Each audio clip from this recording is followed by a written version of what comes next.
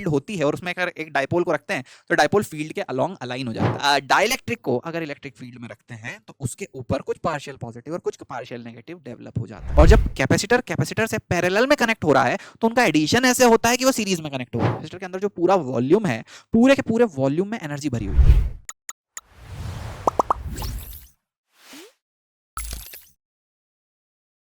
Hello hello जनता, कैसे हैं आप लोग, क्या हाल चाल। तो आज का ये जो सेशन आखिरी अंतिम सेशन है हमारे इस सेकंड चैप्टर का 12th क्लास के, जिसका नाम था electric potential and capacitance, electrostatic potential भी बोला जाता था। इस लेक्चर में हम क्या करने वाले हैं, इस लेक्चर में हम एक ही बार में पूरा की पूरा कैपेसिटेंस वाला जो इस लेक्चर का भाग है, मतलब ये जो दूसरा भाग है, इसे हम कंप्लीट कर लेंगे। अब कंप्लीट करने के साथ साथ आपको पूरी की पूरी ऐसी इंफॉर्मेशन क्रिस्प मिलेगी कि आपको एक ही जगह से सब कुछ अच्छे से क्लियर हो जाने वाला है। सबसे पहले हम शुरू करते हैं इस चैप्टर में पोटेंशियल एनर्जी और कंडक्टर्स के बारे में याद दिलाकर। तो मैंने आपको ये तीनों के तीनों पार्ट पहले ही पढ़ा चुका हूं। इस पूरी की पूरी सीरीज की प्लेलिस्ट आपको मिल जाएगी। वीडियो को सब्सक्राइब जरूर कर लें, आपको चैनल को सब्सक्राइब जरूर कर लेना है बहुत ही अच्छे से बेटा, क्योंकि हर एक छोटी बड़ी इंफॉर्मेशन वीडियोस कंटिन्यूअसली आते रहते हैं। तो प्लीज प्लीज प्लीज सब्सक्राइब। अब यहां देखिए बेटा, कैपेसिटेंस जो है ये फोर्थ पार्ट अपन कंप्लीट करते हैं। तो कैपेसिटेंस के अंदर हम क्या पढ़ेंगे? कैपेसिटेंस के अंदर सबसे पहले पढ़ेंगे कि भैया डाइलेक्ट्रिक और पोलराइजेशन क्या होता है। फिर हम समझेंगे कैपेसिटर और कैपेसिटेंस क्या होते हैं। इन दोनों को मिला करके, मतलब ये कैपेसिटर में सबसे कॉमन तरह का जो एक कैपेसिटर होता है पैरेलल प्लेट कैपेसिटर, वो क्या होता है। इन दोनों को मिला करके effect of dielectric on capacitance क्या होता है, मतलब ये डाइलेक्ट्रिक को जब कैपेसिटेंस से मिलाएंगे तो उसका इफेक्ट क्या होगा। ठीक है। फिर हम पढ़ेंगे कि भैया कंबाइन कर दिया अगर कैपेसिटर को तो क्या होगा। फिर हम पढ़ेंगे कि भैया अगर एनर्जी स्टोर्ड है तो उसके बारे में क्या इंफॉर्मेशन, और आखिरी में पढ़ेंगे एनर्जी डेंसिटी। ये सारे के सारे टॉपिक बहुत इंपॉर्टेंट है, अपने आप में ही बहुत बहुत क्रिस्प और बहुत बहुत कंसाइज नॉलेज हर टॉपिक के अंदर है, क्योंकि इनके ऊपर हर टॉपिक पे इंडिविजुअली सीधा सीधा क्वेश्चन आ सकता है कहीं भी। सबसे पहले समझते हैं डाइलेक्ट्रिक क्या होता है। तो बेटा, दुनिया का जितना भी मटेरियल है जो कंडक्ट नहीं करता, इंसुलेटर है, नॉन कंडक्टर है, उसे हम डाइलेक्ट्रिक बोलते हैं। तो अगर कभी भी किसी ने तुमसे पूछा कि डाइलेक्ट्रिक क्या है, तो आप बोलोगे जो भी इंसुलेटिंग मटेरियल है, नॉन कंडक्टिंग मटेरियल है, वो क्या होता है, डाइलेक्ट्रिक मटेरियल होता है। अगर मैंने यहां पर एक इस तरह का कोई चीज उठा ली, एक फोम है, क्या है फोम कंडक्ट करेगा? नहीं, ये इलेक्ट्रिसिटी कंडक्ट नहीं करेगा, हीट कंडक्ट नहीं करेगा, ये फोम के अंदर फ्री इलेक्ट्रॉन्स नहीं है, मतलब फोम कैसा हो गया, डाइलेक्ट्रिक। बहुत अच्छे से समझ में आया क्या? अच्छा, ऐसे ही ऑयल क्या होता है, डाइलेक्ट्रिक होता है। और दूसरे तरह की चीजें होती हैं जो बिल्कुल प्लास्टिक, वुड, ये सब तरह की चीजें, वुड बोल रहा हूं मैं, वुड जो भी है, ये सारी तरह की चीजें क्या होती हैं, dielectric. Everything is super clear भाई। तो डाइलेक्ट्रिक हमें समझ में आ गया, एक मटेरियल होता है ना। अब डाइलेक्ट्रिक दो तरह के होते हैं, दो तरह के डाइलेक्ट्रिक होते हैं। एक तो होता है डाइलेक्ट्रिक पोलर और एक होता है नॉन पोलर। तो दो तरह के डाइलेक्ट्रिक में क्या अंतर है, पोलर नॉन पोलर? बिहेवियर दोनों का एकदम सेम है, पर क्वेश्चन आ सकता है, थ्योरी में दिया हुआ है इसलिए हम समझ रहे हैं। तो भैया पोलर क्या होता है और नॉन पोलर क्या होता है? सबसे पहले हम समझ लेते हैं भैया कि नॉन पोलर डाइलेक्ट्रिक क्या होता है। तो नॉन पोलर डाइलेक्ट्रिक वो होता है जिसका खुद के अंदर पहले से कोई चार्ज डेवलप्ड नहीं है। मतलब ये दोनों बैठे हुए हैं, CO2 में दोनों ऑक्सीजन कार्बन ये सब बैठे हुए हैं, इंडिविजुअल के ऊपर भी कोई चार्ज इस तरह से डेवलप्ड नहीं है, कोई डाइपोल अंदर नहीं बन रहा, मतलब इनके अंदर कोई भी डाइपोल मोमेंट नहीं बन रहा। जैसे देखो, कार्बन है, ऑक्सीजन ज्यादा इलेक्ट्रोनेगेटिव होता है, तो कार्बन से इसने क्या कर लिए, कुछ इलेक्ट्रॉन खींच लिए। यहां पर ऑक्सीजन ने कार्बन से क्या कर लिए, कुछ इलेक्ट्रॉन खींच लिए। कार्बन के ऊपर थोड़ा सा पॉजिटिव आ गया, इसके ऊपर थोड़ा सा नेगेटिव, थोड़ा सा नेगेटिव। क्या इनके बीच में डाइपोल बन रहा है? हाँ, ये एक डाइपोल बन रहा है। क्या इन दोनों के बीच में डाइपोल बन रहा है? हाँ, ये डाइपोल बन रहा है। क्या दोनों डाइपोल कैंसिल आउट हो रहे हैं? बिल्कुल कैंसिल आउट हो रहे हैं। तो नेट डाइपोल मोमेंट जीरो आ रहा है? बिल्कुल नेट डाइपोल मोमेंट जीरो आ रहा है। हाँ भाई हाँ। तो क्या इसका नेट डाइपोल मोमेंट जीरो हो गया? बिल्कुल हो गया। बहुत अच्छे से समझ में आया। तो ये कैसे है, इन दोनों के अंदर अभी कोई डाइपोल मोमेंट है नहीं, तो ये कैसे हो गया, नॉन पोलर, कोई डाइपोल मोमेंट नहीं है, नॉन पोलर। अब यहां पे देखिए H2O मॉलिक्यूल है, क्या इसके अंदर नेट डाइपोल मोमेंट आ सकता है? बिल्कुल आ सकता है। अब यहां देखिए H2O में क्या करा, ऑक्सीजन ने फिर से, यहां पे मैं आपको अच्छे से बना के बताता हूं, ऑक्सीजन के ऊपर लोन पेयर बैठा हुआ है, यहां पर हाइड्रोजन है, यहां पर हाइड्रोजन है। ऑक्सीजन ने क्या करा, हाइड्रोजन बेचारे को लूट लिया, इसके ऊपर से नेगेटिव चार्ज, इसके ऊपर से नेगेटिव चार्ज, तो हाइड्रोजन पे 2 दोनों से लिए हुए कुछ कुछ पार्शियल नेगेटिव चार्ज आ गए। अब हाइड्रोजन के ऊपर पॉजिटिव, हाइड्रोजन के ऊपर पॉजिटिव, दोनों के ऊपर कुछ कुछ पॉजिटिव आ गया। तो एक डाइपोल तो ऐसे बन रहा है, एक डाइपोल ऐसे बन रहा है। तो इन दोनों के बीच में अगर तुम देखो तो दो डाइपोल बन रहे हैं। क्या इन दोनों का कैंसिलिंग हो रहा है? क्या दोनों एक दूसरे को कैंसिल आउट कर रहे हैं? नहीं, नहीं कर रहे का क्या मतलब हुआ कैंसल आउट। जब डाइपोल एक दूसरे को नहीं करते हैं तो इनका कुछ ना कुछ नेट डाइपोल मोमेंट नीचे की तरफ आएगा। क्या ये बात आपको बहुत अच्छे से समझ में आई? तो नेट डाइपोल मोमेंट नीचे की तरफ आ गया। Is it sorted? Everything is super clear? ठीक है, तो ये वाले कैसे हो गए? पोलर। इनका कुछ ना कुछ डाइपोल मोमेंट है। ठीक, तो दो तरह के हमने अभी तक क्या सीखा? हमने सीखा कि डाइलेक्ट्रिक होते हैं। क्या होता है? इंसुलेटर, कंडक्टर, नॉन कंडक्टर्स को डाइलेक्ट्रिक बोलते हैं। कितने तरह के होते हैं? एक पोलर होता है, एक नॉन पोलर होता है। पोलर के अंदर डाइपोल मोमेंट नहीं होता। पोलर के नॉन पोलर के अंदर खुद का कोई डाइपोल मोमेंट नहीं होता, पर पोलर के अंदर खुद का कुछ ना कुछ डाइपोल मोमेंट बन जाता है। अब आगे, अगर एक पोलर डाइलेक्ट्रिक मॉलिक्यूल है तो उसका एक मटेरियल है, जैसे सपोज कोई मटेरियल बना हुआ है, जैसे वाटर का बना हुआ है, ठीक है, तो वाटर, डिस्टिल वाटर की बात कर रहे हैं अपन। अब वाटर क्या होता है? डिस्टिल वाटर, उसमें सिर्फ H2 और कुछ भी नहीं, कोई आयन नहीं, कुछ भी डिसॉल्व, कुछ भी सॉलिड वगैरह, कुछ भी सॉल्ट वगैरह कुछ भी नहीं है, सिंपल प्लेन वाटर H2O है। अब वो H2O का इस तरह से बना हुआ तो वो ऐसे दिखेगा, ठीक है। तो इसके ऊपर क्या इसका कुछ नेट डाइपोल मोमेंट होगा? नहीं। इसका शुरू में पूरे के पूरे H2O के मॉलिक्यूल्स का सारे, इतने सारे डाइपोल हैं, छोटे छोटे छोटे छोटे, पर इनका कुछ नेट डाइपोल मोमेंट होगा? नहीं होगा। इनका नेट डाइपोल मोमेंट क्या होगा? 0। ठीक है, पूरे सब कलेक्टिवली, एक मॉलिक्यूल का डाइपोल मोमेंट है पोलर में, एक मॉलिक्यूल का है, पर पूरे सब का मिलके नेट क्या होगा? 0। तो इसका है, इसका है, इसका है, इसका है, इसका है, इंडिविजुअली है, पर वो ऐसे एडजस्ट हो गए हैं कि एक दूसरे का सबका डाइपोल मोमेंट कैंसल्ड आउट करके नेट 0 बना रहे हैं। तो इनका पी नेट कितना आ जा रहा है? 0। ठीक है बेटा। तो पोलर मॉलिक्यूल क्या होते हैं? वो मॉलिक्यूल होते हैं जिनका खुद का डाइपोल मोमेंट होता है। अब ये पोलर मॉलिक्यूल का हमने एक एलिमेंट ले लिया, एक सब्सटेंस ले लिया, इसका एक डाइलेक्ट्रिक हमने कंपोनेंट बनाने के लिए कुछ डाइलेक्ट्रिक इनको इकट्ठा करके एक साथ ले लिया, कुछ पोलर मॉलिक्यूल को, तो उस पूरे डाइलेक्ट्रिक का नेट डाइपोल मोमेंट 0 होगा। क्यों 0 होगा? क्योंकि एक ऐसे एडजस्ट होंगे कि एक दूसरे का कैंसल आउट करके 0 कर देंगे। फिर क्या होगा? फिर हम इस पूरे के पूरे जो डाइलेक्ट्रिक हमने लिया है, सपोज ये कुछ पोलर मॉलिक्यूल है, सपोज इमेजिन करो ये एक पोलर मॉलिक्यूल है, पोलर डाइलेक्ट्रिक है, इसका खुद का डाइपोल मोमेंट मॉलिक्यूल का होता है, इंडिविजुअल का होता है, पर कलेक्टिवली 0 है। अब इसे हमने ले लिया, इसे जैसे ही लिया तो हमने इसे इलेक्ट्रिक फील्ड में रखा, ठीक है, तो इसके ऊपर मैंने इलेक्ट्रिक फील्ड लगा दी। अब इमेजिन करो मैंने यहां पर इसके ऊपर ऐसे इलेक्ट्रिक फील्ड लगा दिया, ठीक है, तो यहां इलेक्ट्रिक फील्ड में ऐसे रख दिया। इमेजिन हो गया क्या? इस तरह से मैंने इसे क्या करा है? इलेक्ट्रिक फील्ड में, इस डाइपोल को मैंने ऐसे इलेक्ट्रिक फील्ड में रख दिया है। अब डाइपोल के अंदर क्या है? छोटे छोटे, इस पूरे, सॉरी डाइपोल को नहीं, इस पूरे के पूरे डाइलेक्ट्रिक को मैंने इलेक्ट्रिक फील्ड में रख दिया। अब इस डाइलेक्ट्रिक के अंदर क्या है? छोटे छोटे छोटे छोटे पोलर डाइपोल है, छोटे छोटे पोलर डाइपोल हैं, H2O के मॉलिक्यूल जैसे छोटे छोटे पोलर डाइपोल है। वो क्या करेंगे? वो फील्ड के अलोंग अलाइन हो जाएंगे, क्योंकि हमने पढ़ा था कि जब भी इलेक्ट्रिक फील्ड होती है और उसमें अगर एक डाइपोल को रखते हैं तो डाइपोल फील्ड के अलोंग अलाइन हो जाता है। तो ये सारे के सारे डाइपोल, सारे के सारे डाइपोल जो पहले इस तरह से इधर उधर मुंह करके बैठे हुए थे, अब वो सारे के सारे फील्ड की तरफ अलाइन हो गए। फील्ड की तरफ अलाइन होने से क्या हुआ? इसमें एक तरफ तो पॉजिटिव चार्ज डेवलप हो गया। देखो देखो, यहां पे पॉजिटिव इस तरफ है, नेगेटिव इस तरफ है, पॉजिटिव उस तरफ है, नेगेटिव इस तरफ है। तो क्या हुआ? इस तरफ पॉजिटिव डेवलप हो गया, इस तरफ नेगेटिव डेवलप हो गया। तो एक तरफ पॉजिटिव डेवलप, एक तरफ नेगेटिव डेवलप। समझ में आया क्यों हुआ है डेवलप? क्योंकि भैया इलेक्ट्रिक फील्ड आ गई थी। पहले कुछ भी नहीं था, पी नेट 0 था। Electric field I, electric field I, electric field आने से सारे डाइपोल ऐसे हो गए, और यहां पर कुछ पॉजिटिव कुछ नेगेटिव डेवलप हो गया। किसकी वजह से? एक्सटर्नल इलेक्ट्रिक फील्ड की वजह से। पर अब ये जो छोटा सा कुछ पॉजिटिव यहां पे डेवलप हुआ है, यहां पे कुछ नेगेटिव डेवलप हुआ है, तो पॉजिटिव से नेगेटिव तो एक इंटरनल इलेक्ट्रिक फील्ड भी डेवलप होगी ना, हाँ या ना? तो एक एक्सटर्नल इलेक्ट्रिक फील्ड ने जो ये पॉजिटिव नेगेटिव डेवलप करें, इनकी वजह से एक इंटरनल इलेक्ट्रिक फील्ड डेवलप हो जाएगी अपोजिट डायरेक्शन में, उसके अपोजिट डायरेक्शन में। बहुत अच्छे से क्लियर हो गया क्या? बहुत अच्छे से क्लियर हो गया। अब इसके बारे में अपन आगे बात करेंगे, पर अभी आपको बहुत अच्छे से समझ में आया कि भैया डाइपोल को, सॉरी डाइपोल को नहीं, डाइलेक्ट्रिक को अगर इलेक्ट्रिक फील्ड में रखते हैं तो उसके ऊपर कुछ पार्शियल पॉजिटिव और कुछ पार्शियल नेगेटिव डेवलप हो जाता है। समझ में आया क्यों डेवलप हो जाता है कभी भी डाइलेक्ट्रिक के अंदर? और यहां पर एक छोटी सी इलेक्ट्रिक फील्ड भी इंड्यूस हो जाती है। क्यों हो जाती है? क्योंकि इसके अंदर बने हुए हैं ये छोटे छोटे डाइपोल, ये अलाइन हो जाते हैं इलेक्ट्रिक फील्ड से। अब बात करते हैं नॉन पोलर की। तो नॉन पोलर में क्या होगा? अब नॉन पोलर के अंदर क्या होता है बेटा कि एक न्यूक्लियस है जो इलेक्ट्रॉन क्लाउड से सराउंडेड है। मतलब यहां एक न्यूक्लियस बैठा हुआ है पॉजिटिव चार्ज, और इसके अगल बगल ये पूरा इलेक्ट्रॉन का क्लाउड है, मतलब नेगेटिव इलेक्ट्रॉन है, कस के पकड़ रखा है। ठीक, अब यहां पे क्या हो गया कि जैसे ही हमने नेट कुछ भी डाइपोल मोमेंट इसके ऊपर जैसे हम इलेक्ट्रिक फील्ड लगाएंगे, तो ध्यान से देखना, हमने जैसे ही इसके ऊपर इलेक्ट्रिक फील्ड लगाई, ये पॉजिटिव था और यहां कुछ ये नेगेटिव क्लाउड था, तो हमने क्या करा, इलेक्ट्रिक फील्ड लगा दी।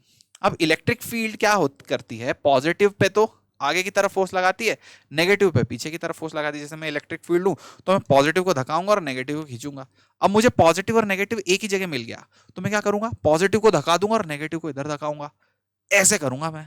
समझ गया? तो पॉजिटिव को इधर, नेगेटिव को इधर, ऐसे करके खींच दूंगा। समझ गया बेटा? क्लियर है? तो मैं इलेक्ट्रिक फील्ड है, पॉजिटिव को उधर धकाऊंगा, नेगेटिव को इधर खींचूंगा। तो क्या मैं इसको डिस्टॉर्ट करके कुछ इस तरह से कर दूंगा, पॉजिटिव को इस तरफ ले गया हूं, ये न्यूक्लियस को, और जो इलेक्ट्रॉन क्लाउड है उसको मैंने इस तरफ ले जाने की कोशिश करी, ऐसे डिस्टॉर्ट कर दिया। डिस्टॉर्ट कर दिया तो क्या मैंने इस पे पोलैरिटी डेवलप कर दी है, इसको डाइपोल के जैसा बना दिया है। समझ में आया? तो जब भी इस तरह का कोई नॉन पोलर मॉलिक्यूल हमने रखा है जिसकी कोई पोलैरिटी नहीं है, उस नॉन पोलर मॉलिक्यूल में जब इलेक्ट्रिक फील्ड लगाएंगे तो पॉजिटिव को एक तरफ खींच देगी, नेगेटिव को एक तरफ खींच देगी, इसके अंदर डाइपोल बना देगी। अब इस डाइपोल को ऐसे अलाइन करवाएगी। बड़ा समझे? तो पोलर में वो खुद के ऊपर पहले ही डाइपोल बना होता है तो चुपचाप अलाइन हो जाता है। नॉन पोलर में इलेक्ट्रिक फील्ड आके उसको खींचती है, डाइपोल बनाती है और फिर अलाइन कराती है। बहुत अच्छे से क्लियर हो गया भाई? सबको बहुत अच्छे से क्लियर हो गया? पोलर और नॉन पोलर का अंतर समझ में आ गया, उनके ऊपर इलेक्ट्रिक फील्ड रखने में क्या होता है वो भी समझ में आ गया। तो सेम टू सेम चीज होगी इसके अंदर भी, इलेक्ट्रिक फील्ड रखेंगे अगर नॉन पोलर के अंदर भी, तो यहां पे इलेक्ट्रिक फील्ड लगाई है हमने, तो यहां क्या होगा, कुछ कुछ कुछ कुछ पॉजिटिव डेवलप होगा, यहां कुछ कुछ कुछ कुछ नेगेटिव डेवलप होगा, और अपोजिट डायरेक्शन में ई इंड्यूस्ड या ई इंटरनल आ जाएगी, और बाहर वाली ई एक्सटर्नल होगी, तो अंदर कैंसल आउट होगा। ठीक, तो ये वाली चीज आपको पता होनी चाहिए। अब हम यहां पे आगे बढ़ते हैं और एक छोटी सी बात सीख लेते हैं। तो क्वेश्चन है लेकिन आपको कुछ बात सीखनी है यहां से। बात क्या सीखनी है? The value of external field at which the dipole split into two separate monopole will be. ठीक है, तो एक ऐसी वैल्यू जिस पे डाइपोल दो सेपरेट मोनोपोल में टूट जाएगा, वो वैल्यू को हम क्या बोलेंगे? तो हमें समझना है क्या हो रहा है कि देखो, एक पॉजिटिव चार्ज है और एक नेगेटिव चार्ज है, ये दोनों ऐसे जुड़ के बैठे हुए हैं। हमने इस पे एक इलेक्ट्रिक फील्ड लगाई, तो अब इलेक्ट्रिक फील्ड लगाने के बाद क्या हुआ, जैसे हमने इसको एक इलेक्ट्रिक फील्ड में रख दिया। ठीक है, इसको इसको ऐसे कर देता हूं मैं। अरे भाई, हाँ, इलेक्ट्रिक फील्ड हमने लगाई यहां पर, तो इलेक्ट्रिक फील्ड लगाने से क्या हुआ कि पॉजिटिव चार्ज सपोज इधर बैठा हुआ है, नेगेटिव चार्ज इधर बैठा हुआ है, ये पूरा डाइपोल ऐसे रखा हुआ है। इलेक्ट्रिक फील्ड लगाने से क्या हुआ कि पॉजिटिव चार्ज के ऊपर इस तरफ कुछ फोर्स आया क्यूई, और नेगेटिव चार्ज के ऊपर इस तरफ एक फोर्स आया क्यूई। तो कितनी इलेक्ट्रिक फील्ड लगाएं कि ये दोनों टूट के अलग हो जाएं, मतलब कितनी इलेक्ट्रिक फील्ड लगाएं कि इन दोनों के बीच का जो बॉन्ड है वो टूट जाए। समझे बेटा? तो हमें the value of external electric field at which the dipole splits into separate monopole, क्या बोलते हैं उस चीज को? उस चीज को बोला जाता है डाइलेक्ट्रिक स्ट्रेंथ। ये आपको याद रखना है, क्वेश्चन ऐसे ही मैंने पूछा था, पर एनसीईआरटी की लाइन के ऊपर छांट के लाया गया है। सीबीएसई भी पूछेगा, नीट भी पूछेगा, आईआईटी भी पूछेगा, हर कोई पूछ सकता है चीज, एनसीईआरटी की लाइन के ऊपर है। तो ऐसा फोर्स, ऐसा क्यूई फोर्स, समझ रहे हो, जो सॉरी ऐसी इलेक्ट्रिक फील्ड इंटेंसिटी जिसकी वजह से सेपरेट होकर सेपरेट मोनोपोल में आ जाए, that will be known as dielectric strength. Sorted है? अब यहां देखिए भैया अगली चीज, how can we store electrical energy? हमारे पास सबसे बड़ा सवाल, हमने क्या समझा? बहुत अच्छे से पोलर नॉन पोलर डाइलेक्ट्रिक के बारे में समझ लिया। अब how can we store electrical energy? Electric energy को कैसे स्टोर किया जा सकता है? क्योंकि इलेक्ट्रिक एनर्जी तो है, इसे स्टोर करने का कुछ तो तरीका होगा ना, ताकि मैं बिजनेस बना सकूं, इससे कुछ तो बिजनेस निकलेगा ना। तो बिजनेस निकालने के लिए हमें सोचना पड़ेगा अलग इंस्ट्रूमेंट्स के बारे में। तो इमेजिन करो कि जैसे मेरे पास यहां पर एक ऑब्जेक्ट है और मेरे पास यहां पर दूसरा ऑब्जेक्ट है, दोनों ऑब्जेक्ट कंडक्टर्स हैं। क्या इनके बीच में अभी कोई एनर्जी स्टोर्ड है? ग्रेविटेशनल एनर्जी होगी, पर ग्रेविटेशनल एनर्जी बहुत छोटी होती है, उससे हमारा काम नहीं चलेगा, क्योंकि दो मासेस के बीच में ग्रेविटेशनल एनर्जी तो होती है, दो कंडक्टर के बीच में भी है। पर अभी हमें यहां पर इसके और इसके दोनों के ही बीच में कुछ एनर्जी स्टोर करनी है। तो मैं क्या करूंगा, इस पे से कुछ चार्जेस उठाऊंगा और यहां रख दूंगा। तो इसके ऊपर क्या आ जाएगा? कुछ पॉजिटिव चार्जेस आ जाएंगे, और जहां से मैंने पॉजिटिव चार्ज उठाए हैं तो यहां क्या आ जाएगा? कुछ नेगेटिव चार्जेस आ जाएंगे। क्या ये बात बहुत अच्छे से आपको समझ में आ गई? पहले इन दोनों के बीच में कोई एनर्जी स्टोर नहीं थी, तो मैंने क्या करा, इस पे से कुछ चार्जेस उठा के यहां डाल दिए, या फिर मैं बोलूं कि यहां से कुछ चार्जेस उठा के यहां डाल दिए, मैंने इलेक्ट्रॉन ट्रांसफर कर दिए, यहां से इलेक्ट्रॉन उठाए और वहां डाल दिए, तो वहां एक्सेस ऑफ इलेक्ट्रॉन हो गया पॉजिटिव नेगेटिव चार्जेस, या डेफिशिएंसी ऑफ इलेक्ट्रॉन हो गया पॉजिटिव चार्जेस। क्लियर है? तो ये हायर पोटेंशियल पे, इसका पोटेंशियल क्या है? हायर है। इसका पोटेंशियल क्या है? लोअर है। क्या आपको बहुत अच्छे समझ में आ गया? वो नेगेटिव पोटेंशियल या पॉजिटिव पोटेंशियल। अब अगर मैं कोई भी पॉजिटिव चार्ज को यहां पर रख दूंगा, कोई पॉजिटिव चार्ज को यहां पे रख दूंगा, तो पॉजिटिव चार्ज दौड़ के उस तरफ जाएगा, क्योंकि पॉजिटिव चार्ज हमेशा हायर पोटेंशियल से लोअर पोटेंशियल पर दौड़ के जाता है। मतलब अभी मैंने क्या कर दिया, इस पूरे सिस्टम के अंदर एनर्जी स्टोर कर दी। बहुत अच्छे से समझ में आ गया क्या? इस पूरे सिस्टम के अंदर मैंने एनर्जी को स्टोर कर दिया। अब एनर्जी स्टोर करने से क्या हो गया जनता? एनर्जी स्टोर करने से ये हो गया कि हम बोलेंगे कि हमने यहां पर इलेक्ट्रिकल एनर्जी स्टोर कर दी है। हमने यहां पर इन दोनों कंडक्टर्स के बीच में इलेक्ट्रिकल एनर्जी स्टोर कर दी है। पहले इन कंडक्टर के पास क्या था? कुछ भी नहीं था। कंडक्टर के बीच में कोई एनर्जी स्टोर नहीं थी। अगर मैं यहाँ कोई पॉजिटिव चार्ज रखता तो ये पॉजिटिव चार्ज दौड़ के वहां जाता क्या? नहीं जाता। ठीक है, पर मैंने क्या करा, कुछ इलेक्ट्रॉन्स यहां से उठाए और वहां रख दिए, जिसकी वजह से ये हायर हो गया, वो लोअर हो गया, ये हायर पोटेंशियल, वो लोअर पोटेंशियल। अब पॉजिटिव चार्ज रख रहा हूं तो दौड़ के जा रहा है। अभी क्लियर हुआ? बहुत अच्छे से क्लियर हुआ। तो हमने चार्ज को ट्रांसफर करा, इधर से नेगेटिव चार्ज वहां ट्रांसफर करे, चार्ज को ट्रांसफर करा, जिसकी वजह से हमने यहां पर एक एनर्जी का पोटेंशियल डिफरेंस डेवलप कर दिया। मतलब इन दोनों कंडक्टर के बीच में हमने क्या स्टोर कर दी? एनर्जी स्टोर कर दी। कौन सी एनर्जी स्टोर कर दी? इलेक्ट्रिकल एनर्जी स्टोर कर दी। बहुत अच्छे से क्लियर हुआ। अब यहां पे देखिए, जो इलेक्ट्रिकल एनर्जी स्टोर्ड है, इस इलेक्ट्रिकल एनर्जी जो इसके अंदर स्टोर्ड है, वो कौन सी एनर्जी होगी? वो किस फॉर्म में स्टोर्ड है? चार्जेस के फॉर्म में, पर है कौन सी? Electrical energy. अब मेरी बात बताइए, मुझे एक बात बताइए कि ये जो सिस्टम है, इसको कुछ स्पेशल नाम देना पड़ेगा, क्योंकि दो कंडक्टर के बीच में हमने इलेक्ट्रिकल एनर्जी स्टोर करी है। This system will be known as capacitance. This system will be known as capacitance. ठीक है, या फिर कैपेसिटर। सिस्टम को बोलेंगे कैपेसिटर। अब कैपेसिटर जो है, जिसके बीच में, दो कंडक्टर के बीच में हम इलेक्ट्रिकल एनर्जी स्टोर करेंगे, उस कैपेसिटर को मेजर कैसे करेंगे? उसकी ताकत को कैसे मेजर किया जाएगा? तो उसकी ताकत को मेजर करने के लिए यूज करेंगे कैपेसिटेंस। इंस्ट्रूमेंट का नाम क्या है? कैपेसिटर, जिसके बीच में एनर्जी स्टोर्ड है। कैपेसिटेंस क्या है? उसको मेजर करने की ताकत। ताकत कितनी है इसके अंदर? तो ध्यान से देखिए, capacitance is equals to Q upon V। ठीक ठीक ठीक। अब इसका क्या मतलब हुआ? इसका मतलब यह हुआ कि तुम्हें इधर से इधर या इधर से इधर कितना चार्ज ट्रांसफर करना पड़ेगा 1 वोल्ट का पोटेंशियल डिफरेंस बनाने के लिए। इसके अंदर एनर्जी स्टोर हो रही। कैसे एनर्जी स्टोर हो रही? क्योंकि हम चार्ज ट्रांसफर कर रहे हैं और पोटेंशियल डिफरेंस बना रहे हैं। तो कैपेसिटेंस हमें बताता है कि कितना चार्ज ट्रांसफर करोगे पर वोल्ट पोटेंशियल डिफरेंस बनाने के लिए। ठीक, कोई दिक्कत तो नहीं है। अगर कोई तुमसे बोले कि तुम्हें 10 कूलम चार्ज ट्रांसफर करना है, 5 वोल्ट का पोटेंशियल डिफरेंस बन जाएगा। ये कुछ अरेंजमेंट है, दो कंडक्टर हैं, इसमें तुम 10 कूलम चार्ज अगर इधर से इधर ट्रांसफर करोगे तो तुम्हारा 5 वोल्ट का पोटेंशियल डिफरेंस बन जाएगा। ठीक है, 5 वोल्ट का पोटेंशियल डिफरेंस बन गया, मतलब हमने यहां पर कुछ पोटेंशियल डिफरेंस बना लिया, मतलब हमने इसके बीच में क्या हो गया? एनर्जी स्टोर कर दी। तो ये जो अरेंजमेंट है, ये क्या है? कैपेसिटर। इसका कैपेसिटेंस कितना होगा? तो कैपेसिटेंस निकालने के लिए हम बोलेंगे कितना कूलम चार्ज ट्रांसफर करना है? 10 कूलम। कितना वोल्ट पोटेंशियल डिफरेंस बन रहा है? 5। तो पर वोल्ट के लिए कितना ट्रांसफर करना पड़ेगा? तो हम लिखेंगे 10 कूलम अपॉन 5 वोल्ट। मतलब जल्दी बताओ, 2 coulomb per volt. Coulomb per volt को बोला जाता है 2 फेरेड। बहुत अच्छे से क्लियर हुआ बेटा, कैपेसिटेंस हमें क्या बताता है?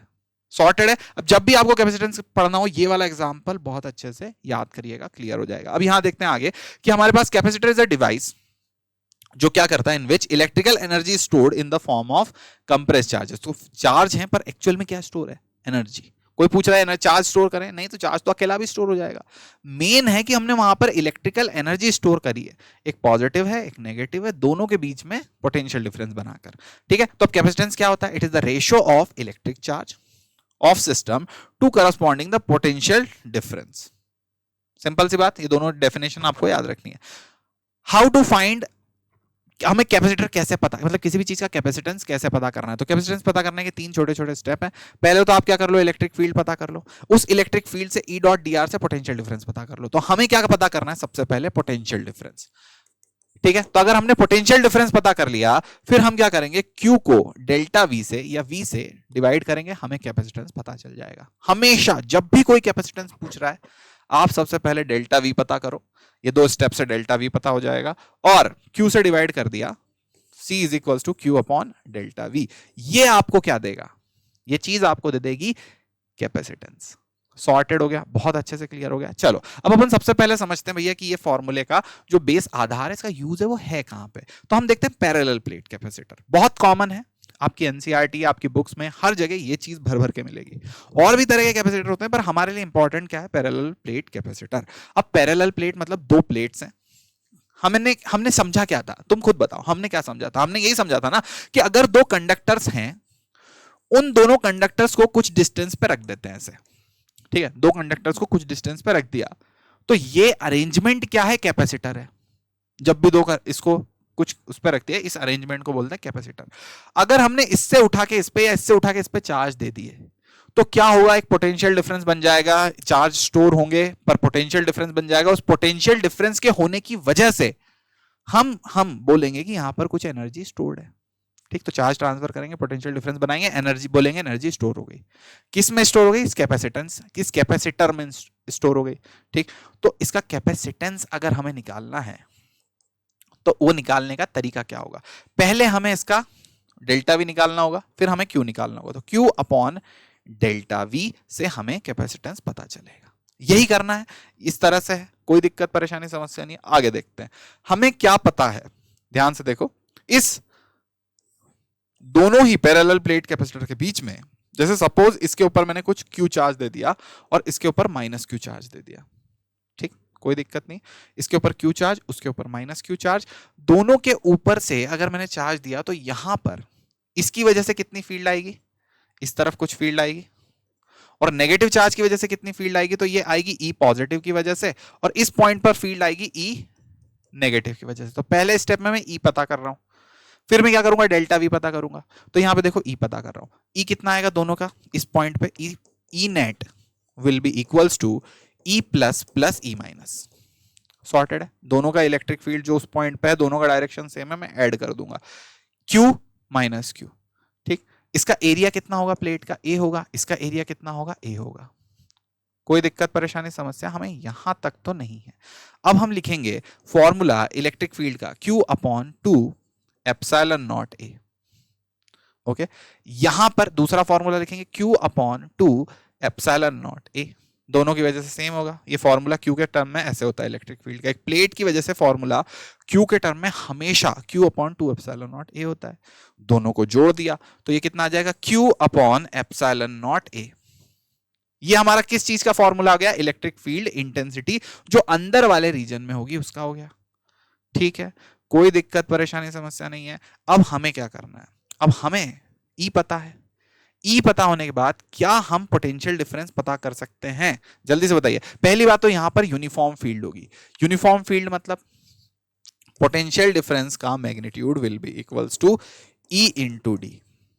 यही है यूनिफॉर्म मैग्नेटिक फील्ड में potential difference E into D सीधा होता है, मैग्नीट्यूड की बात कर रहा हूं।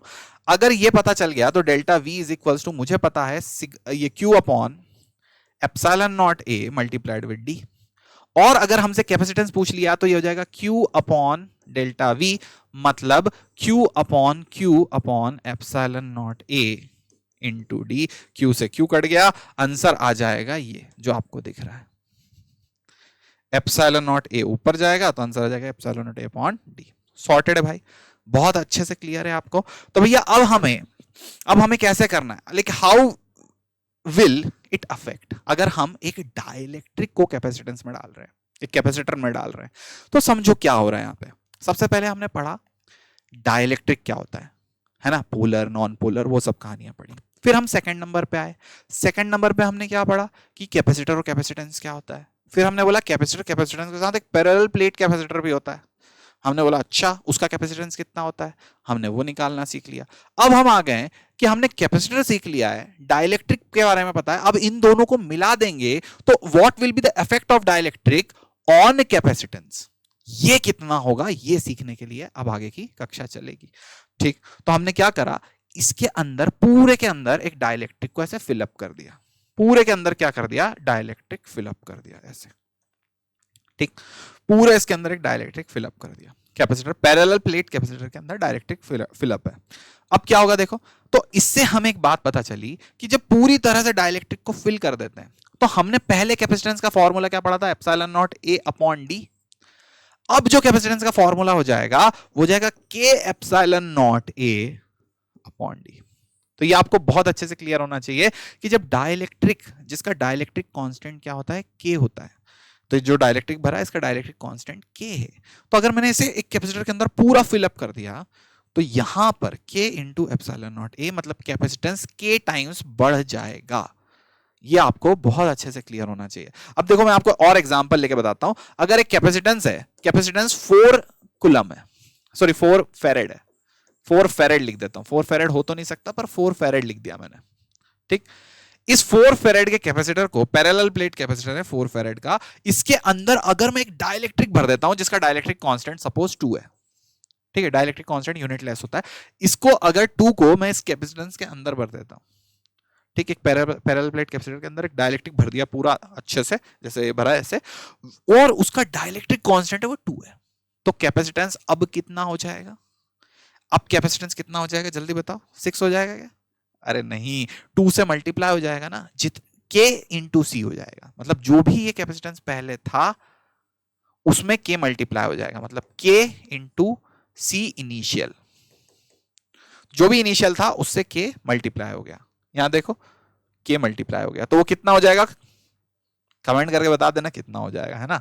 अब चलो आगे बढ़ते हैं। अब यहां पे देखो, the capacitor of parallel plate capacitor is 5 picofarad, ठीक, पिको मतलब 10 टू द पावर -12, ठीक है। अब यहां देखो, in order to make the capacitance 25 picofarad which of the following step can be done, तो अपने को उसको 5 गुना बढ़ाना है। कौन सी स्टेप करेंगे जल्दी से बता दो, क्या क्या कर सकते हैं, मतलब हम कैपेसिटर को होता है एप्सिलॉन नॉट ए अपॉन डी, ठीक, एप्सिलॉन नॉट चेंज कर सकते हैं, हाँ कर सकते हैं, मीडियम डाल देंगे तो एप्सिलॉन नॉट चेंज हो जाएगा। ए चेंज कर सकते हैं, बिल्कुल कर सकते हैं, एरिया प्लेट्स के बड़े करने पड़ेंगे। क्या डी चेंज कर सकते हैं, बिल्कुल डी को भी चेंज किया जा सकता है, हमें डिस्टेंस प्लेट्स के बीच का चेंज करना पड़ेगा। पूछा हमें क्या करना है, 5 गुना बढ़ाना है, हमें पूरा की पूरा कैपेसिटेंस को 5 गुना बढ़ाना है। तो देखो, make the distance between the plate 5 times, तो अगर डिस्टेंस बिटवीन द प्लेट को 5 टाइम कर देंगे तो 5 गुना कम हो जाएगा ना, डिस्टेंस बड़ी होगी तो कैपेसिटेंस कम होगा, तो ये तो नहीं कर सकते, ठीक है। तो हम ये तो नहीं कर सकते कि हम कैपेसिटर के क्या करते हैं डिस्टेंस बढ़ा दें, तो हम ये तो नहीं करेंगे। Make the area of the plate 2.5 times, तो एरिया को अगर 2.5 टाइम्स बढ़ा भी दिया तो कैपेसिटेंस 2.5 टाइम ही बढ़ेगा, तो हमें 2.5 टाइम नहीं बढ़ाना है, हमें 5 गुना बढ़ाना है, तो ये भी नहीं कर सकते। इससे 25 जाना है, 5 गुना बढ़ाना है, ठीक। Fill the space between the plates with an dielectric of K5, ये बिल्कुल कर सकते हैं। अगर हमने यहां पे कर दिया तो C is equal to K into epsilon naught A upon D हो जाएगा, मतलब जो भी कैपेसिटेंस है उसका K टाइम्स बढ़ जाएगा, तो K भी 5 है, ये भी 5 है, तो 25 हो जाएगा। अच्छा, make both area of the plate separate, अच्छा सेपरेशन दोनों को 5-5 कर देंगे, नहीं, दोनों को, इसको भी 5 बढ़ाया इसको भी 5 बढ़ाया तो 5-5 कैंसिल आउट हो जाएगा, वो नहीं कर सकते, सॉर्टेड है। अब देखो, the capacitor of a parallel plate capacitor is 5 picofarad, अच्छा ये तो हमने कर लिया ना कितनी बार करोगे एक ही चीज। अब देखो, सीरीज और पैरेलल कॉम्बिनेशन, जैसे रेजिस्टेंस होता है सेम टू सेम कैपेसिटर भी सीरीज और पैरेलल में कनेक्ट होते हैं। अब इनका थोड़ा सा लोचा यह है कि जब सीरीज और पैरेलल में कैपेसिटर कनेक्ट हो रहे हैं, तो जब कैपेसिटर सीरीज में कनेक्ट होता है तो वो एडिशन उसका ऐसे होता है कि वो पैरेलल में कनेक्ट हो रहा है, और जब कैपेसिटर से पैरेलल में कनेक्ट हो रहा है तो उनका एडिशन ऐसे होता है कि वो सीरीज में कनेक्ट हो रहे हैं। बात समझ में आ गई? तो देखो मैं समझाता हूं आपको कि क्या तरह से, अच्छा कैपेसिटर को ऐसे रिप्रेजेंट करते हैं, ये तो बात आपको क्लियर होगी। अब ये तीनों ऐसे जुड़े हुए हैं, तो इन्हें ऐड कैसे करेंगे, इन्हें ऐड करने के लिए C equivalent is equals to 1/C plus 1/C2 plus 1/C3 plus 1/C4, इस तरह से लिखेंगे। बहुत अच्छे से क्लियर हुआ? क्लियर। तो जब सीरीज में है तो पैरेलल के जैसा जोड़ना है, जब पैरेलल में होंगे तो सीरीज के जैसा जोड़ेंगे, ठीक है।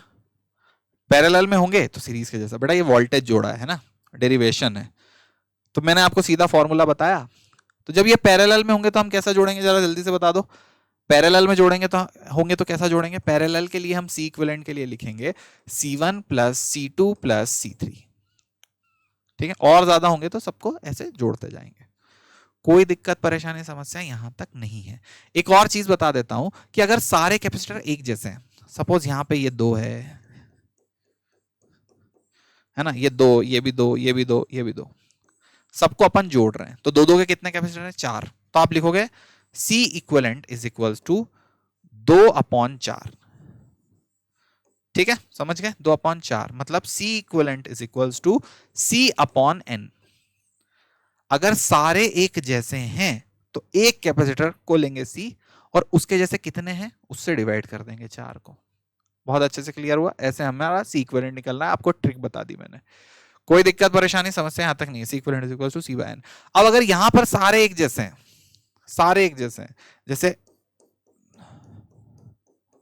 2 2 2, तो सिंपल सी बात, C equivalent will be equals to N into C। N कितना है? 3 बार रिपीट हो रहा है। C कितना है? 2, तो ये आ जाएगा 6। भैया सॉर्टेड है क्या? काफी क्लियर है, सॉर्टेड है। अब यहां देखो हमारे पास, अच्छा इन सब में क्या होगा? अच्छा एक और चीज आपको बता देता हूं कि जब ये सीरीज में है तो सबका चार्ज सेम होगा, पोटेंशियल अलग अलग होगा। जब ये सीरीज में है तो सबका चार्ज सेम होगा, पोटेंशियल क्योंकि एक ही चार्ज बह रहा है, पर कैपेसिटेंस अलग अलग है तो पोटेंशियल अलग अलग होगा, चार्ज सेम है। पोटेंशियल यहां पर क्या होगा इस केस में? पैरेलल वाले में सबका पोटेंशियल सेम है, चार्ज अलग अलग है, मतलब हर कैपेसिटर के अबाउट पोटेंशियल सेम आएगा, मतलब V1 V2 V3 V4 सबका पोटेंशियल डिफरेंस सेम है, पर सबके अंदर चार्ज क्या आएगा? अलग अलग आएगा। तो आपको ये चीज भी याद रखनी है, क्या सीरीज में सबके अंदर से सेम चार्ज फ्लो हो रहा है तो चार्ज सेम है तो पोटेंशियल अलग होगा। सबके अंदर यहां पर सेम पोटेंशियल डिफरेंस है तो पोटेंशियल डिफरेंस सेम है, क्योंकि सबके अबाउट सेम ही बैटरी लगी हुई है, तो इनका चार्ज डिफरेंट होगा। सॉर्टेड? चलो आगे बढ़ते हैं। तो चलिए देखते हैं एक सवाल यहां पर देखिए, calculate the charge flow through all of the capacitors. ये अब हमने अभी जस्ट बात करी है कि सब कैपेसिटर के अंदर पैरेलल में क्या सेम होता है। कमेंट करके आपको बताना है क्या सेम होता है, जल्दी से कमेंट करो बेटा। 1 2 3 में क्या सेम है? तो यहां पर बेटा वोल्टेज सेम है, V1 is equals to V2 is equals to V3। तीनों के अबाउट वोल्टेज क्या है? सेम है। ओके तो यहां पे फर्स्ट में, सेकंड में, थर्ड में चार्ज कितना कितना जाएगा कैसे पता चलेगा मुझे? मैं बोलूंगा इसके अंदर चार्ज जाएगा Q1। Q1 is equals to C, Q is equals to CV होता है, Q1 is equals to CV। बड़ा याद, Q is equals to CV तो याद है, तो Q1 is equals to C1V। Q2 कितना होगा यहां पर? C2 into V। और Q3 यहां पर जो चार्ज आ रहा है Q3 कितना होगा? C3 into V। Everyone is super clear on that? Q1 Q2 Q3। Okay बेटा, अब Q1 कितना होगा? Q1 होगा 1 म्यू फेरेड मल्टीप्लाइड विथ 30। Q2 कितना होगा? 2 म्यू फेरेड मल्टीप्लाइड विथ 30। और Q3 कितना होगा? 3 म्यू फेरेड मल्टीप्लाइड विथ 30। क्या आपको बहुत अच्छे से क्लियर हो गया? सवाल का आंसर आपको दिख रहा होगा, आंसर आप टिक कर सकते हैं। सॉर्टेड भैया, हर एक प्राणी को बहुत अच्छे से समझ में आया। सॉल्यूशन भी मैंने यहां पे दिया है, पर मैंने आपको बता दिया कि क्या हो रहा है सवाल में। तो देखो अब अगली चीज जो हम पढ़ने वाले हैं इसके आगे, वो अगली चीज है energy stored in a parallel plate capacitor. तो एक पैरेलल प्लेट कैपेसिटर में कितनी एनर्जी स्टोर्ड होती है ना? तो हम यहां पर इस चीज के बारे में बात करते हैं। इस चीज को कैलकुलेट करने के लिए सपोज यहां पर एक कैपेसिटर लगा है, इसके नीचे मैंने एक बैटरी लगा दी। ओके अब जो बैटरी लगी हुई है, इस बैटरी के ऊपर कुछ इसका वोल्टेज है, तो बैटरी क्या करती है? यहां से चार्ज, कुछ छोटा सा चार्ज उठाएगी और उसे इधर रखेगी। तो बैटरी ने जो वर्क करा छोटा सा, वो कितना करा? dq, मतलब छोटे से चार्ज का पोटेंशियल V से बढ़ाया। तो बैटरी ने काम कितना करा? छोटे से चार्ज का पोटेंशियल dq V से बढ़ाया। अब जब मैं यहां पर इस चीज को इंटीग्रेट करूंगा 0 से लेकर W तक, तो मैं पता करने की कोशिश करूंगा बैटरी ने काम कितना करा। तो बैटरी का शुरू में चार्ज यहां पे कैपेसिटर पे 0 था, बाद में सपोज Q चार्ज तक बैटरी ने इसे चार्ज कर दिया। जब मैं इसे पूरा इंटीग्रेट करूंगा, V is equals to Q by C ऐसे लिख दूंगा। V को ऐसा लिख सकता हूं ना, Q बाय C। तो जब मैं इसको इस फॉर्म में लिख दूंगा, तो पूरा इंटीग्रेशन होने के बाद जो मेरा वर्क आएगा वो आ जाएगा Q स्क्वायर या small q square upon 2C। Okay जब मैं इसे V की जगह Q बाय C लिख दूंगा, तो Q dQ हो जाएगा, इंटीग्रेट होकर Q स्क्वायर अपॉन 2C होगा। सॉर्टेड है। आपको इंटीग्रेशन पे उतना ध्यान नहीं, आपको फॉर्मूले पे ज्यादा ध्यान देना है कि Q स्क्वायर अपॉन 2C आ गया। अब हमारे पास फॉर्मूला अगर वर्क डन का आ रहा है Q स्क्वायर अपॉन 2C, इसी चीज को हम हाफ CV स्क्वायर भी लिख सकते हैं, और इसी चीज को हम Q इंटू V अपॉन 2 भी लिख सकते हैं। ओके, अब ये 3 फॉर्मूले हैं हमारे पास किसके, किस चीज के, पोटेंशियल, सॉरी इसके अंदर पैरेलल प्लेट के अंदर जो एनर्जी स्टोर्ड है उस चीज के। सॉर्टेड है। अब यहां देखिए हमें सारे के सारे फॉर्मूले पता हैं। अब इन्हीं फॉर्मूले में से जो आधी एनर्जी गई है वो कहां चली गई है, ट्रांसफर होने में हीट के लॉस में चली गई है। ठीक है बेटा, तो हमें पता चल गया कि इसके अंदर जितनी एनर्जी स्टोर्ड हुई है उसकी आधी एनर्जी लॉस में चली गई है। बाकी सारी डिटेल इसके बारे में यहां पे मैंने लिख दी है, तो आप एक बार नोट्स जरूर पढ़ लिएगा, प्रॉपर नोट्स आपको मिलने वाले हैं। यहां पे हर टॉपिक के साथ डिटेल में हर चीज लिखी हुई है। ओके चलो, अब यहां पे देखो बेटा कि हमारे पास एनर्जी डेंसिटी की बात हो गई कि अब एनर्जी तो इस पूरे वॉल्यूम में ना, मतलब कैपेसिटर के अंदर जो पूरा वॉल्यूम है, पूरे के पूरे वॉल्यूम में एनर्जी भरी हुई है, तो वो एनर्जी की डेंसिटी क्या होगी। तो एनर्जी डेंसिटी निकालने के लिए हम निकालते हैं यू, जो भी इसके अंदर एनर्जी स्टोर्ड है वो, अपॉन वॉल्यूम। सॉर्टेड। अब ये वाली जो चीज होगी इसको ईडी से डिनोट करेंगे। एनर्जी हमने निकाली है half CV square. Okay, half CV square के अपॉन में जो इसका वॉल्यूम होगा, एरिया इनटू डिस्टेंस, वो सब करके जब हम इसको पुट इन करेंगे तो ये पूरी चीज सॉल्व हो करके जो हमें मिलेगी एनर्जी डेंसिटी के फॉर्म में, वो मिलेगी half epsilon not into E square. E क्या है, इसके बीच की इलेक्ट्रिक फील्ड इंटेंसिटी, जो हम पहले निकाल चुके हैं कि दो प्लेट्स के बीच में इलेक्ट्रिक फील्ड इंटेंसिटी कितनी होगी। तो ये वाली चीज हमने एक पढ़ी, हमें याद हो गई, बहुत अच्छे से आ गया समझ में। अब इसके आगे क्या आ जाएगा, अगर इसके अंदर डाइलेक्ट्रिक भरा हुआ है तो हमें एक बहुत अच्छे से पता है कि अगर इसके अंदर अगर हम यूं डाइलेक्ट्रिक डाल देंगे तो ये विदाउट डाइलेक्ट्रिक है। ओके, और विथ डाइलेक्ट्रिक क्या होगा इसमें, जल्दी से बताओ। विथ डाइलेक्ट्रिक तुम्हें पता चल गया क्या, विथ डाइलेक्ट्रिक कितना होगा, E is equals to K 1/2 epsilon naught E square. Everyone is getting it or not, yes, जल्दी जल्दी जल्दी, क्लियर है। चलो हाँ, तो देखो यार ये अगला सवाल जो हमारे पास है, parallel plate capacitor of capacitance C is charge to a potential V। मतलब पहले एक कैपेसिटर है, इस कैपेसिटर को, सी का कैपेसिटर है, इसको V वोल्ट से चार्ज कर दिया। अब चार्ज करने के बाद क्या हुआ, इसको कनेक्ट कर दिया एक और अनचार्ज्ड कैपेसिटर से ऑफ सेम कैपेसिटेंस। ठीक, तो इसको चार्ज करा, चार्ज कर दिया, इसके ऊपर कुछ चार्ज आ गया। ठीक है, सपोज इसके ऊपर कुछ चार्ज आ गया Q is equals to CV। अब क्या करा, बैटरी को हटा दिया। बैटरी को हटाने के बाद इसे एक और अनचार्ज्ड कैपेसिटर के साथ कनेक्ट कर दिया गया। तब इसके ऊपर चार्ज है यहाँ पे प्लस माइनस, और इसे एक और अनचार्ज कैपेसिटर के साथ कनेक्ट कर दिया गया। ठीक, तो इस पूरी की पूरी प्रोसेस में हमें एक बात समझ में आई कि भैया यहां पर चार्ज किया और इधर दूसरे कैपेसिटर से कनेक्ट किया। अब यहां पर क्या चार्ज कंजर्व है, क्या चार्ज कांस्टेंट है। तो आपको एक बात बहुत अच्छे से समझ में आ जानी चाहिए कि एक कैपेसिटर के ऊपर चार्ज है, इसे दूसरे से कनेक्ट कर दिया तो चार्ज फ्लो के यहां जाएगा। क्लियर। तो इस पूरे के पूरे सिस्टम पे चार्ज कांस्टेंट, क्योंकि यहां से चार्ज कहीं बाहर भी नहीं जा रहा, कहीं अंदर भी नहीं जा रहा, तो इस पूरे सिस्टम का जो भी चार्ज है वो क्या है, कांस्टेंट है। ठीक, तो यहां कितना चार्ज था, Q is equal to CV, क्योंकि C कैपेसिटेंस के कैपेसिटर को V वोल्ट से चार्ज किया तो चार्ज CV था। तो यहां पे जो इसके ऊपर चार्ज है वो कितना है, CV है। अब ये कांस्टेंट है, मतलब इस पूरे के पूरे अरेंजमेंट में जो चार्ज रहने वाला है वो CV रहने वाला है। ठीक, अब ये इतनी बात समझ में आ गई।